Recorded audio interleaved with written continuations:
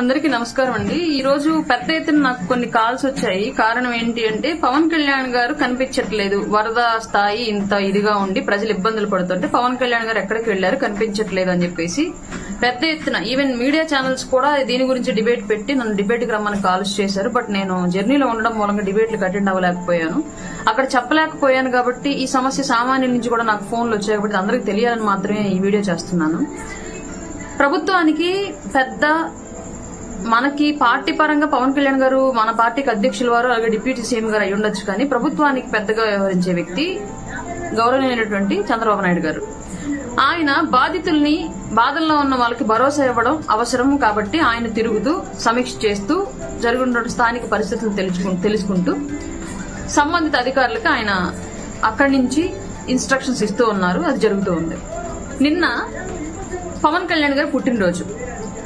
పవన్ కళ్యాణ్ గారు నిన్న నిజంగా పార్టీ ఆఫీసులో అందుబాటులో ఉంటే, ప్రజల దగ్గర గనక వెళ్లి ఉంటే, మాకు నిన్న కాన్ఫరెన్స్ కాల్ జరిగింది. లిటరల్ గా మాకు కాన్ఫరెన్స్ కాల్ జరిగింది. పెద్ద ఎత్తున బర్త్డే సెలబ్రేషన్స్ అనేవి పక్కన పెట్టి కంప్లీట్ గా అందుబాటులో ఉన్న ప్రతి కార్యకర్త, వీర మహిళ నాయకులు అందరూ కూడా వరద ప్రభావిత ప్రాంతాల్లో సహాయక చర్యల్లో పాల్గొనండి, అక్కడ ఉన్నటువంటి బాధితులకు ఏం కావాలో అవి మీ శక్తి కొలది మీరు చేయండి, మీ దగ్గర స్తోమత లేని పక్షంలో వేరే వాళ్ళ సపోర్ట్ తీసుకోండి, పార్టీ ఆఫీస్ నుంచి అయినా సరే సపోర్ట్ తీసుకుని వాళ్ళకి సహాయ సహకారాలు చేయండి అని చెప్పేసి క్లియర్ గా మాకు ఇచ్చిన ఇన్స్ట్రక్షన్స్.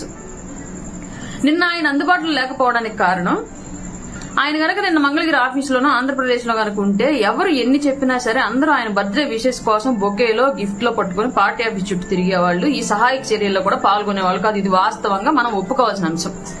ఆయన జనాల్లోకి వెళ్లున్నా సరే అక్కడ కూడా బర్త్డే కాబట్టి బాధితుల బాధను పట్టించుకోకుండా అక్కడ కూడా అత్యుత్సాహం ప్రదర్శించి బాబులకే బాబు కళ్యాణ్ బాబునో, జై జనసేనో, జై పవర్ స్టార్ అనో స్లోగన్స్ మొదలు పెడతారు పిల్లలు, చిన్న స్థాయి పిల్లలు. దాన్ని మనం ఆపలేం, ఆయన కూడా ఆపలేరు. ఆ విషయం క్లియర్ గా అందరికీ తెలుసు. అభిమానం అనేది స్వచ్ఛందంగా పుట్టుకొచ్చినటువంటి అభిమానం కాబట్టి పవన్ కళ్యాణ్ గారు అంటూ ఉన్న అభిమానం, అది దాన్ని ఎవరో ఆపలేరు. ఎవరికి వాళ్ళు రియలైజ్ అయ్యి ఎక్కడ దాన్ని వ్యక్తపరచాలి, ఎక్కడ దాన్ని గోప్యంగా ఉంచుకోవాలని తెలిసిన వాళ్ళు తప్ప మిగతా వాళ్ళు ఎవరు కూడా దాన్ని ఆపలేరు. అట్లాంటి పరిస్థితి అనేది నిన్న క్రియేట్ అవ్వకూడదు. ఆయన ప్రజల్లోకి వెళ్తే మళ్ళీ ఒక 10 మంది సిబ్బందికి ఈయన సెక్యూరిటీ అనేది భారంగా మారి అక్కడ ఎన్డీఆర్ఎఫ్ బృందాలతో పాటు సహాయ కార్యక్రమాల్లో పాల్గొనాల్సిన వాళ్ళు మళ్ళీ ఈయనకి అటాచ్ అయిపోయి పని తగ్గకూడదన్న కాన్సెప్ట్ తోటి నిన్న ఆయన మీడియా ముందు కానివ్వండి, ప్రజల్లో కానివ్వండి లేరు. కానీ నిరంతరం ఆయన శాఖలకు సంబంధించినటువంటి అధికారులతోటి, ఇక్కడ వరద సహాయ కార్యక్రమాల్లో పాల్గొంటున్నటువంటి అధికారులతోటి కాంటాక్ట్ లో ఉన్నారు, సమీక్షలు జరుపుతున్నారు. ఏం కావాలో ప్రభుత్వం నుంచి నిరంతరం ఆయన పర్యవేక్షిస్తూ అక్కడ సహాయ సహకారాలు అందిస్తున్నారు. అందులో భాగంగానే ముఖ్యమంత్రి గారి యొక్క కష్టము, ఉప ముఖ్యమంత్రి గారి యొక్క సహకారంతోనే నిన్న ఇంత వరదలు జరుగుతున్నప్పటికీ కూడా ప్రాణ నష్టం వరదల వల్ల జరగల. కొండ చర్యలు కూలిపడి జరిగినటువంటి ప్రాణ నష్టం తప్ప వరదల వల్ల ఎక్కడ ప్రాణ నష్టం జరగల. పెద్ద ఎత్తున సహాయ సహకార కార్యక్రమాలు జరుగుతున్నాయి. నిన్న సడన్ గా జగన్మోహన్ రెడ్డి గారు వచ్చి ప్రజల్ని రెచ్చగొట్టే ప్రెస్ మీట్ పెట్టి వెళ్లాడు తప్ప ఒక్క పసిబిడ్డకి 1/2 లీటర్ పాల ప్యాకెట్ ఇచ్చేళ్లాడా, ఒక్క వృద్ధుడికి ఒక మంచుల డబ్బా ఇచ్చేళ్లాడా, ఒక గర్భిణికి ఒక అన్నం పొట్లం ఇచ్చేళ్లాడా? బుడమేరుకి గేట్లు ఎత్తారు. బుడమేరుకి గేట్లు ఎక్కడి నుంచి వచ్చాయో తెలియదు. మేబీ జగన్మోహన్ రెడ్డి గారి గవర్నమెంట్ లో ₹1,00,00,000 వెచ్చించి దాని మీద ఒక ప్రాజెక్ట్ వచ్చి దాని గేట్లు ఏమైనా పెట్టారో, ఆ గేట్లు ఏమైనా ఎత్తారో మనకు తెలియదు. మాకు తెలిసినంత వరకు లేవు.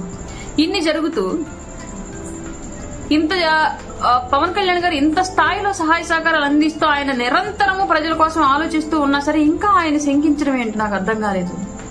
ఈ రోజు పవన్ కళ్యాణ్ గారు ఈ రోజు వచ్చారు.